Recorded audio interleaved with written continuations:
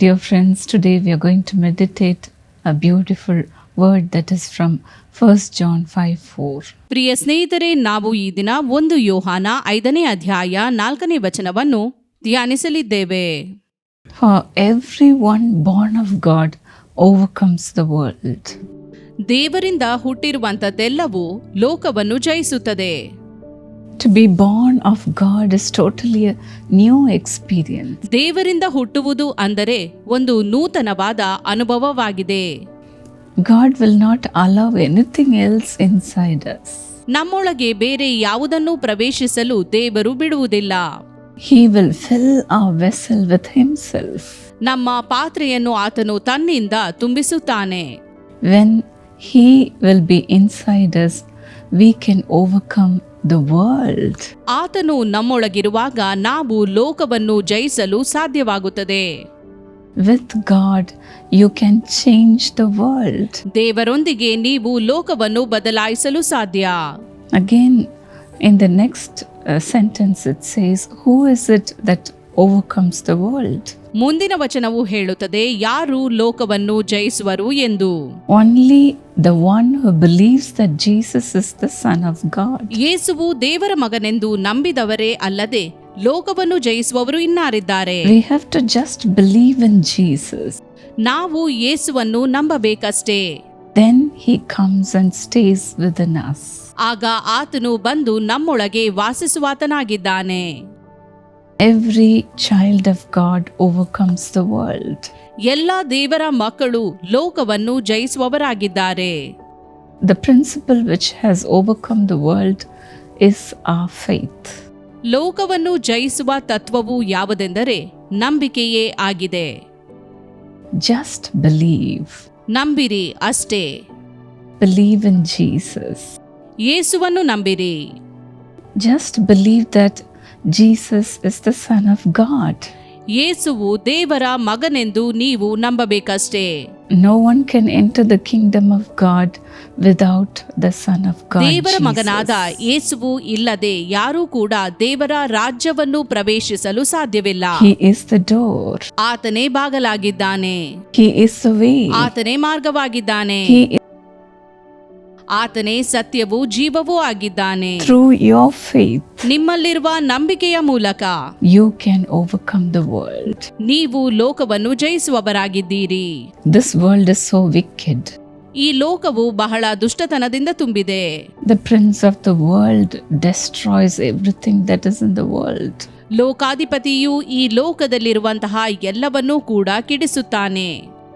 When you believe in this world, ಈ ಲೋಕವನ್ನು ನೀವು ನಂಬುವಾಗ you will be full of darkness. ನೀವು ಅಂಧಕಾರದಿಂದ ತುಂಬಲ್ಪಡುತ್ತೀರಿ. But then when you believe in Jesus, ಆದರೆ ಯೇಸುವನ್ನು ನೀವು ನಂಬುವಾಗ you will have the light. ನೀವು ಬೆಳಕಿನಲ್ಲಿರುತ್ತೀರಿ. Jesus says, I am the light of the world. ಯೇಸುವು ಹೇಳುತ್ತಾನೆ, ನಾನೇ ಈ ಲೋಕಕ್ಕೆ ಬೆಳಕು ಎಂದು. Whoever follows me will have the light of life. ಯಾರು ನನ್ನನ್ನು ಹಿಂಬಾಲಿಸುತ್ತಾರೋ ಅವರು ಜೀವದ ಬೆಳಕನ್ನು ಪಡೆಯುವರು ಎಂದು. Yes, the just shall live by faith. ನೀತಿವಂತನು ಬದುಕುವುದು ನಂಬಿಕೆಯಲ್ಲಿಯೇ. That's why Jesus says, in this world you will have trouble. ಅದಕ್ಕಾಗಿಯೇ ಯೇಸುವು ಹೇಳುತ್ತಾನೆ, ಈ ಲೋಕದಲ್ಲಿ ನಿಮಗೆ ಸಂಕಟ ಉಂಟು. But take heart, I have overcome the world. ಆದರೆ ಭಯಪಡದಿರಿ, ನಾನು ಲೋಕವನ್ನು ಜಯಿಸಿದವನಾಗಿದ್ದೇನೆ. When you have me in your heart, you can overcome the world too. ನಿಮ್ಮ ಹೃದಯದೊಳಗೆ ನಾನಿರುವುದಾದರೆ ನೀವು ಕೂಡ ಲೋಕವನ್ನು ಜಯಿಸಲು ಸಾಧ್ಯ. Thanks be to God. He gives us the victory through our Lord Jesus Christ. ಯೇಸು ಕ್ರಿಸ್ತನ ಮೂಲಕ ನಮಗೆ ಜಯವನ್ನು ನೀಡುವ ದೇವರಿಗೆ ಸ್ತೋತ್ರವಾಗಲಿ. The one who is in you is greater than the one who is in this world. ನಿನ್ನಲ್ಲಿರುವಾತನು ಈ ಲೋಕದಲ್ಲಿರುವವನಿಗಿಂತ ದೊಡ್ಡವನಾಗಿದ್ದಾನೆ. People may praise and worship the one who is in this world. ಲೋಕದ ಜನರು ಈ ಲೋಕದಲ್ಲಿರುವವನನ್ನು ಕೊಂಡಾಡಬಹುದು, ಆರಾಧಿಸಬಹುದು. People may follow the pattern of this world. ಈ ಲೋಕದ ಮಾದರಿಯನ್ನು ಹಿಂಬಾಲಿಸಿ ನಡೆಯಬಹುದು. Today many are deceived by the schemes of the prince of this world. ಈ ಲೋಕಾಧಿಪತಿಯು ಮಾಡಿರುವ ಎಲ್ಲಾ ಯೋಜನೆಗಳಿಂದ ಅನೇಕರು ಮೋಸ ಹೋದದನ್ನು ನಾವು ನೋಡುತ್ತೇವೆ. But the word of God clearly says the one who is in you is greater than the one who is in this world. ಆದರೆ ಸತ್ಯವೇದವು ಸ್ಪಷ್ಟವಾಗಿ ತಿಳಿಸುತ್ತದೆ, ಈ ಲೋಕದಲ್ಲಿರುವವನಿಗಿಂತ ನಿನ್ನೊಳಗಿರುವಾತನು ದೊಡ್ಡವನು ಎಂದು. Yes, if you have this great God in you, you will overcome this world. ಹೌದು, ಈ ಮಹಾದೇವರು ನಿಮ್ಮೊಂದಿಗಿರುವುದಾದರೆ ನೀವು ಲೋಕವನ್ನು ಜಯಿಸಲು ಸಾಧ್ಯವಾಗುತ್ತದೆ. That is being born again by God.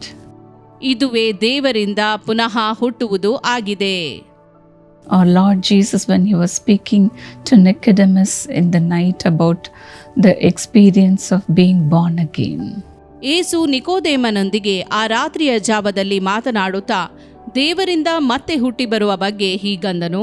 he said, unless you are born again, you cannot enter into the kingdom of God. ನಾನು ನಿಜ ನಿಜವಾಗಿ ನಿನಗೆ ಹೇಳುತ್ತೇನೆ, ಒಬ್ಬನು ಹೊಸದಾಗಿ ಹುಟ್ಟದಿದ್ದರೆ ಅವನು ದೇವರ ರಾಜ್ಯವನ್ನು Yes, ಕಾಣಲಾರನು. dear friends, when we have the Spirit of God in us, ಹೌದು ಪ್ರಿಯ ಸ್ನೇಹಿತರೆ, ದೇವರ ಆತ್ಮವು ನಮ್ಮೊಳಗಿರುವಾಗ we will overcome the world ನಾವು ಲೋಕವನ್ನು ಜಯಿಸಲು ಸಾಧ್ಯವಾಗುತ್ತದೆ and enter into the kingdom of God. ದೇವರ ರಾಜ್ಯವನ್ನು ಪ್ರವೇಶಿಸಲು ಸಾಧ್ಯವಾಗುತ್ತದೆ. We can overcome the pressures of this world. ಈ ಲೋಕದ ಒತ್ತಡಗಳನ್ನು ಜಯಿಸಲು ಸಾಧ್ಯವಾಗುತ್ತದೆ. We can overcome this world not by our human efforts. ಮಾನುಷ ಪ್ರಯತ್ನದಿಂದ ಈ ಲೋಕವನ್ನು ಜಯಿಸುವುದಲ್ಲ. Our flesh is weak, ನಮ್ಮ ಶರೀರವು ಬಲಹೀನವಾಗಿದೆ, but the Spirit who is living in us is strong. ಆದರೆ ನಮ್ಮೊಳಗಿರುವ ಆತ್ಮನು ಬಲಶಾಲಿಯಾಗಿದ್ದಾನೆ. He fights every battle we are going through in this world. ಈ ಲೋಕದಲ್ಲಿ ನಾವು ಎದುರಿಸುವ ಪ್ರತಿ ಹೋರಾಟವನ್ನು ಆತನೇ ಹೋರಾಡುವಾತನಾಗಿದ್ದಾನೆ. And the Spirit of God is the one who gives us the victory. ದೇವರಾತ್ಮನೇ ನಮಗೆ ಜಯವನ್ನು ನೀಡುತ್ತಾನೆ. And he is the one who makes us to overcome the world. ಈ ಲೋಕವನ್ನು ಜಯಿಸುವಂತೆ ಮಾಡುವಾತನು ಆತನೇ ಆಗಿದ್ದಾನೆ. To overcome the temptations that is in this world. ಈ ಲೋಕದ ಶೋಧನೆಗಳನ್ನು ಜಯಿಸುವಂತೆ ಮಾಡುವಾತನು ಆತನೇ. He is the one who makes us to live a righteous life. ನಾವು ನೀತಿವಂತರಾಗಿ ಜೀವಿಸುವುದಕ್ಕೆ ಸಹಾಯ ಮಾಡುವಾತನು ಆತನೇ. Today many young people are struggling hard to live a righteous life. ಇಂದು ಅನೇಕ ಯವನಸ್ಥರು ನೀತಿವಂತರಾಗಿ ಜೀವಿಸುವುದಕ್ಕಾಗಿ ಬಹಳ ಕಷ್ಟಪಡುತ್ತಾರೆ. Give your heart to God, dear friend. ಪ್ರಿಯ ಸ್ನೇಹಿತರೆ, ನಿಮ್ಮ ಹೃದಯವನ್ನು ದೇವರಿಗೆ ಒಪ್ಪಿಸಿಕೊಡಿರಿ. Likewise, you may be also watching this program. ಈ ಕಾರ್ಯಕ್ರಮವನ್ನು ನೀವು ವೀಕ್ಷಿಸುತ್ತಿರುವ ಈ ಸಮಯದಲ್ಲಿ Will you give your heart to God ದೇವರಿಗೆ ನಿಮ್ಮ ಹೃದಯವನ್ನು ಒಪ್ಪಿಸುವಿರೋ? and say, Lord, come into my heart. ಹೇಳಿರಿ, ದೇವರೇ, ನನ್ನ ಹೃದಯಕ್ಕೆ ನೀನು ಬಾ. I believe in you, Jesus. ಯೇಸುವೆ, ನಾನು ನಿನ್ನನ್ನು ನಂಬುತ್ತೇನೆ.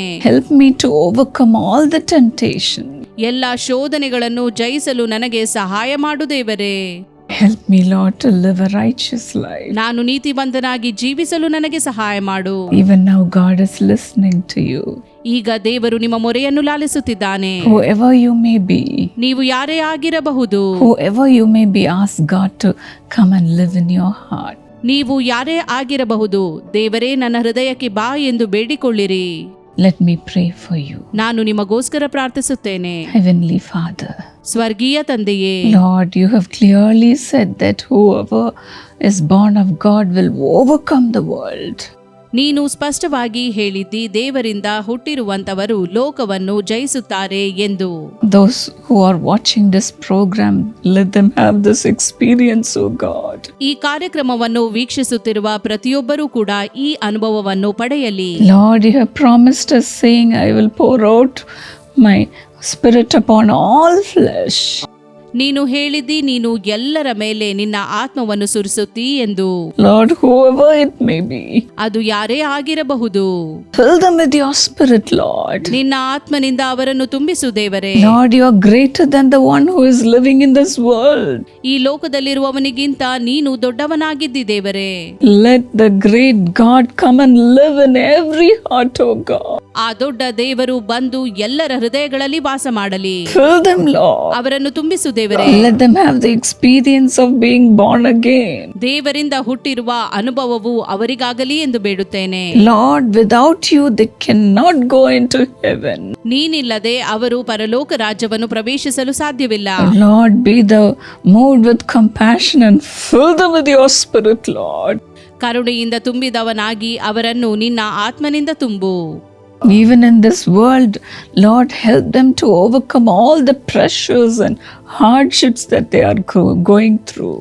ಅವರು ಎದುರಿಸುತ್ತಿರುವ ಪರಿಶ್ರಮ ಮತ್ತು ಒತ್ತಡವನ್ನು ಅವರು ಜಯಿಸುವಂತೆ ಮಾಡು ದೇವರೇ. No more struggles, O God. ಇನ್ನು ಹೋರಾಟ ಬೇಡ.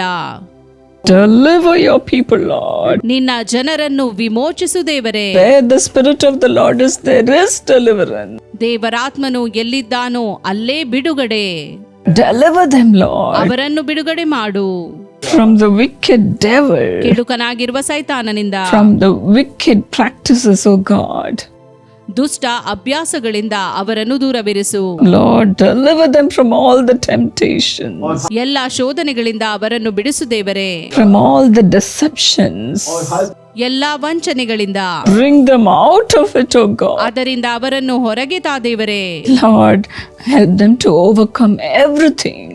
ಹೀಗೆ ಅವರು ಎಲ್ಲವನ್ನೂ ಜಯಿಸುವಂತೆ ನೀನು ಮಾಡು. And make them conquerors, O God. ಹೀಗೆ ಅವರು ವಿಜಯಶಾಲಿಗಳಾಗಲಿ.